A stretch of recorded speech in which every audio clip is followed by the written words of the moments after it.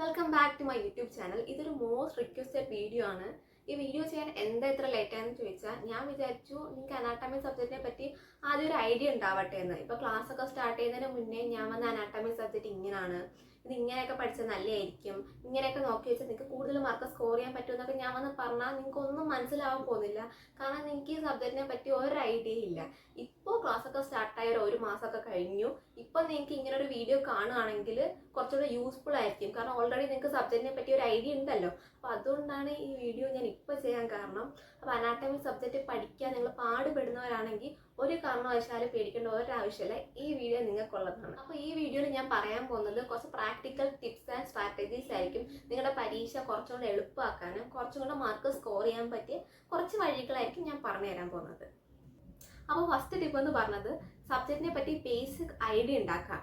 ഇപ്പോൾ നിങ്ങളൊരു ടോപ്പിക്ക് പഠിക്കാൻ എടുത്തെന്ന് വെച്ചോ, ആ ടോപ്പിക്കിനെ പറ്റി ഒരു ബേസിക് ഐഡിയ. ഇപ്പോൾ റെസ്പിറേറ്ററി സിസ്റ്റം എന്ന് വെച്ചോ, അതിൻ്റെ ഫംഗ്ഷൻ എന്താ, അതിൽ എന്തൊക്കെ ഓർഗൻസാണ് വരുന്നത്, അതിൻ്റെ അടിയിൽ എന്തൊക്കെ ഹെഡിങ് ഉണ്ട്. ഇപ്പോൾ ടെക്സ്റ്റ് ബുക്ക് എടുത്ത് വെച്ചിട്ട് അതിൻ്റെ അടിയിൽ എന്തൊക്കെ ഹെഡിങ് വരും, അങ്ങനെയൊക്കെ ഒരു ഐഡിയ ഉണ്ടാക്കി വെക്കും. ഇങ്ങനെയൊക്കെ ഒരു ഐഡിയ ഉണ്ടാക്കിയാൽ നിങ്ങൾക്ക് കുറച്ചും കൂടി പഠിക്കാൻ എളുപ്പമായിരിക്കും. ഇപ്പോൾ എനിക്ക് ഫീൽ ചെയ്തിട്ടുള്ള അങ്ങനെയാണ്. ഞാൻ പഠിക്കുന്നതിന് മുന്നേ ആ ടോപ്പിക്കിന് താഴെ വരുന്ന ഹെഡിങ്സും അതിൻ്റെ ഓവറോൾ വ്യൂ ഞാൻ നോക്കി വെക്കും. അപ്പോൾ അങ്ങനെ നോക്കുകയാണെങ്കിൽ നിങ്ങൾക്ക് കുറച്ച് ആദ്യമേ തന്നെ ഒരു ഐഡിയ ഉണ്ടാവും ഇതൊക്കെയാണ് ഞാൻ പഠിക്കാൻ പോകുന്നത്. അപ്പോൾ അത് നിങ്ങൾക്ക് കുറച്ചും കൂടെ യൂസ്ഫുൾ ആയിരിക്കും. ഇപ്പോൾ എന്താണെന്ന് വെച്ചാൽ നിങ്ങളൊരു ടോപ്പിക്കിന് താഴെ വരുന്ന ഹെഡിങ് ഒക്കെ നോക്കി വെക്കുക. ഇപ്പോൾ നമ്മുടെ ആൻസർ ചെക്ക് ചെയ്യുമ്പോൾ ഒരു ആൻസർ കീ ഉണ്ടാവുമല്ലോ. ഈ ആൻസർ കീയിൽ ഓരോ ഹെഡിങ്ങിനും മാർക്കുള്ളതാണ്.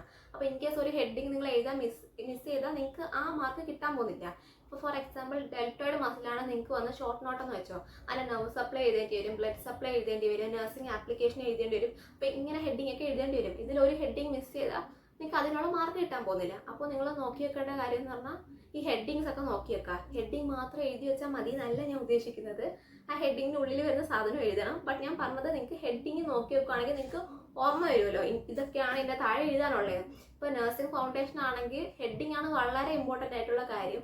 കാരണം ഇങ്ങനെ ചവറ് പോലെ കുറേ നമ്മൾ എഴുതുമല്ലോ, അപ്പോൾ എല്ലാം ഒന്നും വായിക്കാൻ സമയം കിട്ടത്തില്ല. ഒരു ഹെഡിങ് ആയിരിക്കും നോക്കുന്നത്. അപ്പോൾ ഹെഡിങ് വളരെ ഇമ്പോർട്ടൻ്റ് ആയിട്ടുള്ള കാര്യമാണ്. തേർഡ് ടിപ്പ് എന്ന് പറയുന്നത് ഡയഗ്രമായിട്ട് റിലേറ്റ് ചെയ്തിട്ടുള്ളതാണ്. അനാട്ടമി എക്സാമിന് എക്സ്ട്രാ മാർക്ക് വേണമെങ്കിൽ നമ്മൾ ഡയഗ്രാം വരയ്ക്കണം. ഞാൻ നേരത്തെ പറഞ്ഞ പോലെ ഒരു ടോപ്പിക്കിന് താഴെ ഹെഡിങ്സ് വരുന്ന അത്ര ഇമ്പോർട്ടൻ്റ് ആണ് നമ്മൾ ഡയഗ്രാം വരയ്ക്കുന്നത്. അപ്പോൾ ഒരു ഡയഗ്രാം വരച്ച് വൃത്തിക്ക് ലേബൽ ചെയ്യുമ്പോൾ നമുക്ക് എക്സ്ട്രാ മാർക്കാണ് അവിടെ കിട്ടാൻ പോകുന്നത്. അപ്പോൾ ഇതിനൊരു ടിപ്പുണ്ട്. ഈ ടിപ്പ് എൻ്റെതല്ല, ഞങ്ങൾ അനാട്ടമി പഠിപ്പിച്ച സാറിൻ്റെ ഐഡിയ ആണിത്. സാർ നമ്മളെ കൊണ്ട് ഒരു എക്സാമിന് വരാൻ സാധ്യതയുള്ള എല്ലാ പിക്ചേഴ്സും ഒരു ബുക്കിലേക്ക് വരപ്പിക്കുമായിരുന്നു. ലൈക്ക് ഒരു അസൈൻമെന്റ് പോലെ നമ്മൾ വരപ്പിക്കുമായിരുന്നു. കാരണം നിങ്ങൾക്ക് അസൈൻമെന്റ് എന്നൊക്കെ പറഞ്ഞാലേ നമ്മൾ ചെയ്യത്തുള്ളൂ. ചുമ്മാ പോയി വരാമെന്ന് പറഞ്ഞാൽ നമ്മൾ എന്തായാലും ചെയ്യാൻ പോകുന്നില്ല. അപ്പോൾ സാറ് നമ്മളെ കൊണ്ട് ഒരു ബുക്കിലേക്ക് ഇത് വരപ്പിക്കുമായിരുന്നു. വരപ്പിച്ച് സാറിന് സബ്മിറ്റ് ചെയ്യും. അപ്പോൾ സാറ് 5ന് മാർക്കൊക്കെ ഇട്ട് തരും ഒരു രസത്തിന്. അപ്പോൾ ഇങ്ങനെ സാറ് ചെയ്യിക്കുമായിരുന്നു. അപ്പോൾ സാർ അങ്ങനെ ചെയ്തുകൊണ്ടാണ് ഞങ്ങൾക്ക് കുറച്ചെങ്കിലും ഫിഗറൊക്കെ വരയ്ക്കാൻ അറിയാവുന്നത്. അപ്പോൾ സാർ എന്തൊക്കെ ഫിഗറാണ് ഞങ്ങളെ കൊണ്ട് വരപ്പിച്ചതെന്ന് ഞാൻ നിങ്ങൾക്ക് കാണിച്ചു തരാം. ഇതൊക്കെയാണ് നമ്മുടെ സാറ് നമ്മളെ കൊണ്ട് വരപ്പിച്ച ഫിഗേഴ്സ്. ഇത് ഒരു യൂക്കാരിയോട്ടിക് സെല്ലാണ്. ഇത് parts of a long bone. ഇത് arterial supply of a long bone. ഇത് പാർട്സ് ഓഫ് എ ന്യൂറോൺ. ഇത് എന്തായാലും വരുന്നൊരു ഷോർട്ട് നോട്ടാണ്. അപ്പോൾ ഇത് വരയ്ക്കാൻ പഠിക്കണം. ഇത് സെൻട്രൽ നെർവ് സിസ്റ്റത്തിൻ്റെയും പെരിഫറൽ നെർവ് സിസ്റ്റത്തിൻ്റെയും ഡിഫറൻസ് ആണ്. ഇത് ബ്രോഡ്മാൻസ് ഏരിയ. ഇത് സൈനോവിയൽ ജോയിൻറ്റ്. ഇത് മിക്കവാറും ചോദിക്കുന്ന ചോദ്യമാണ്. ഭയങ്കര ആർട്ടിസ്റ്റിക് ആയിട്ട് വരയ്ക്കണമെന്നൊന്നുമില്ല. എനിക്ക് നന്നായിട്ട് വരയ്ക്കാനൊന്നും അറിയത്തില്ല. ഞാൻ ഇങ്ങനെയൊക്കെയാണ് വരയ്ക്കുക. നമുക്ക് കാര്യം മനസ്സിലാവണം, ലേബൽ ചെയ്യണം, അത്രയേ ഉള്ളൂ. അടുത്ത സർക്കിൾ ഓഫ് വില്ലീസ്. ഇതൊരു കൺഫ്യൂസിങ് ആയിട്ടുള്ള ഫിഗറാണ്. ഇത് 2-3 വട്ടം വരയ്ക്കാൻ പഠിച്ചാലേ ഇത് നേരെ വരയ്ക്കാൻ പറ്റത്തുള്ളൂ. ഇതെന്താ? Arterial supply of cerebrum, heart. ഇത് മിക്കവാറും വരുന്ന ചോദ്യമാണ്. ഇതെന്തായാലും മസ്റ്റായിട്ടും പഠിക്കണം. പിന്നെ ഇൻറ്റീരിയർ ഓഫ് റൈറ്റ് ഏട്രിയം ഒരു ഷോർട്ട് നോട്ടാണ്. വീനസ് ഡ്രെയിനേജും പിന്നെ ആർട്ടീരിയൽ സപ്ലൈ ഓഫ് ദ ഹാർട്ടും ഇതും എന്തായാലും ചോദിക്കുന്ന ചോദ്യമാണ്. ബ്ലഡ് സപ്ലൈ ഹാർട്ട് എന്ന് പറഞ്ഞ് ചോദിക്കുകയാണെങ്കിൽ ആർട്ടീരിയലും വീനസും എഴുതേണ്ടി വരും. അപ്പോൾ ഇതെന്തായാലും രണ്ടും വരയ്ക്കാൻ പഠിക്കുക. ഏതൊക്കെ ആർട്ടറി എങ്ങോട്ടൊക്കെയാണ് പോകുന്നത്, ഏതൊക്കെ സ്ഥലത്തോട്ടാന്നൊക്കെ നോക്കി വെക്കണം. ഇത് mediastinal surface of right and left lung. ഇത് ബ്രോങ്കോ പൾമണറി സെഗ്മെൻ്റ് ആണ്. ഇത് പാർട്സ് ഓഫ് റെസ്പിറേറ്ററി സിസ്റ്റം. നിങ്ങൾക്ക് റെസ്പിറേറ്ററി സിസ്റ്റമാണ് നിങ്ങൾക്ക് എസ് ആയിട്ട് വരുന്നത്. കഴിഞ്ഞ വട്ടം ഞങ്ങളുടെ എസ് അതായിരുന്നേ. അപ്പോൾ നിങ്ങൾക്ക് എല്ലാം വരയ്ക്കേണ്ടി വരും. ഇത് വരയ്ക്കേണ്ടി വരും, സെഗ്മെൻറ്റ് വരയ്ക്കേണ്ടി വരും, മീഡിയാസ്റ്റൈനൽ സർഫസ് വരയ്ക്കേണ്ടി വരും. അടുത്തത് ഐബോളാണ്. അപ്പോൾ ഇത്രയൊക്കെയാണ് നമ്മളെ കൊണ്ട് വരപ്പിച്ചത്. നാലാമത്തെ ടിപ്പ് എന്ന് പറഞ്ഞാൽ പ്രീവിയസ് ഇയർ ക്വസ്റ്റ്യൻസ് ആണ്. നിങ്ങൾ എന്തായാലും പ്രീവിയസ് ഇയർ ക്വസ്റ്റ്യൻസ് വർക്കൗട്ട് ചെയ്യുക. കാരണം എന്തായാലും ഇതേ ചോദ്യങ്ങളൊക്കെ തന്നെ ഉറപ്പായിട്ട് റിപ്പീറ്റ് ചെയ്യും.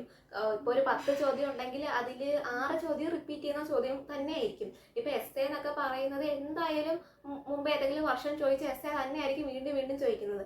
അപ്പോൾ ഒരു 15 മാർക്ക് ചുമ്മാ കൊണ്ട് കളയാണ്ട് ഈ പ്രീവിയസ് ഇയർ ക്വസ്റ്റ്യൻസ് ഒക്കെ നോക്കിയിട്ട് പോയാൽ 15 മാർക്ക് സുഖമായിട്ട് നിങ്ങൾക്ക് കിട്ടും. അപ്പോൾ എന്തായാലും പ്രീവിയസ് ഇയർ ക്വസ്റ്റ്യൻസ് നോക്കി വെച്ചിട്ട് പോയി. ഇപ്പം ഞങ്ങളുടെ എക്സാം ആയിരുന്നെങ്കിൽ തന്നെ കുറേ പ്രീവിയസ് ഇയർ ക്വസ്റ്റ്യൻ ആയിരുന്നു വന്നത്. അപ്പോൾ നിങ്ങൾ പ്രീവിയസ് ഇയർ ക്വസ്റ്റ്യൻസ് എന്തായാലും നോക്കുക.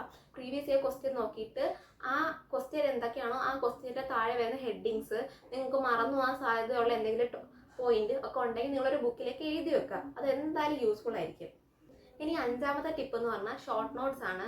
നിങ്ങൾക്ക് പഠിക്കാൻ ഈസി ആണ് എന്ന് തോന്നുന്ന ടോപ്പിക്സ് നിന്ന് ഷോർട്ട് നോട്ട്സ് ഉണ്ടാക്കേണ്ട ആവശ്യമില്ല. കാരണം നിങ്ങൾക്ക് ഓൾറെഡി അറിയാലോ. പക്ഷെ നിങ്ങൾക്ക് പാടാണെന്ന് തോന്നുന്ന സബ്ജക്റ്റ് അല്ല ടോപ്പിക്സ് ഉണ്ടെങ്കിൽ നിങ്ങൾ ഷോർട്ട് നോട്ട് ഉണ്ടാക്കി വെക്കുക.